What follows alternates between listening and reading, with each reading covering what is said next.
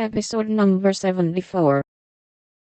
I say, isn't bread enough when it runs over the pens? Sally began to laugh, but Meg nodded and lifted her eyebrows as high as they would go, which caused the apparition to vanish, and put the sour bread into the oven without further delay. Mrs. March went out, after peeping here and there to see how matters went, also saying a word of comfort to Beth, who sat making a winding sheet, while the dear departed lay in state in the domino box. A straw language cannot describe the sense of helplessness fell upon the girls as the grey bonnet vanished round the corner, and despair seized them when a few minutes later Miss Crocker appeared, and said she'd come to dinner.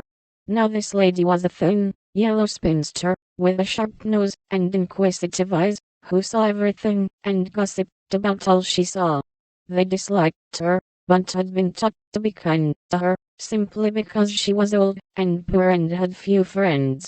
So Meg gave her the easy chair, and tried to entertain her, while she asked questions, criticized everything, and told stories of the people whom she knew.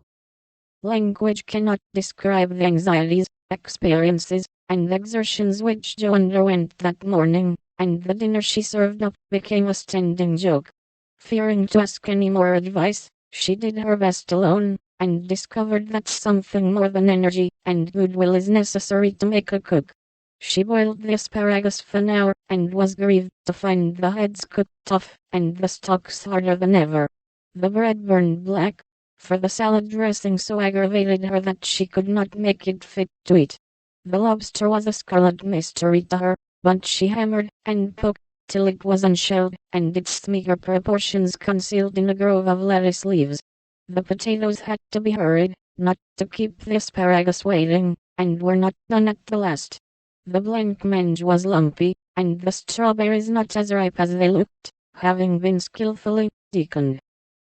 Well, they can eat beef and bread and butter, if they're hungry, only it's mortifying to have to spend your whole morning for nothing, thought Jo, as she rang the bell half an hour later than usual, and stood, hot, tired, and dispirited, surveying the feast spread before Laurie, accustomed to all sorts of elegance, and Miss Crocker, whose tattling tongue would report them far and wide.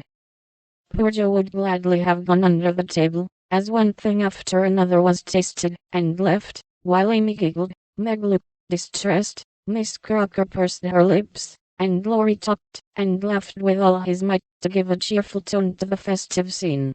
Jo's one strong point was the fruit, for she had sugared it well, and had a pitcher of rich cream to eat with it. Her hot cheeks cooled a trifle, and she drew a long breath as the pretty glass plates went round, and everyone looked graciously at the little rosy islands floating in a sea of cream.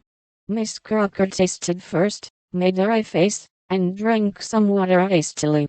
Jo, who refused, thinking there might not be enough, for they dwindled sadly after the picking over, glanced at Laurie, but he was eating away manfully, though there was a slight pucker about his mouth, and he kept his eye fixed on his plate.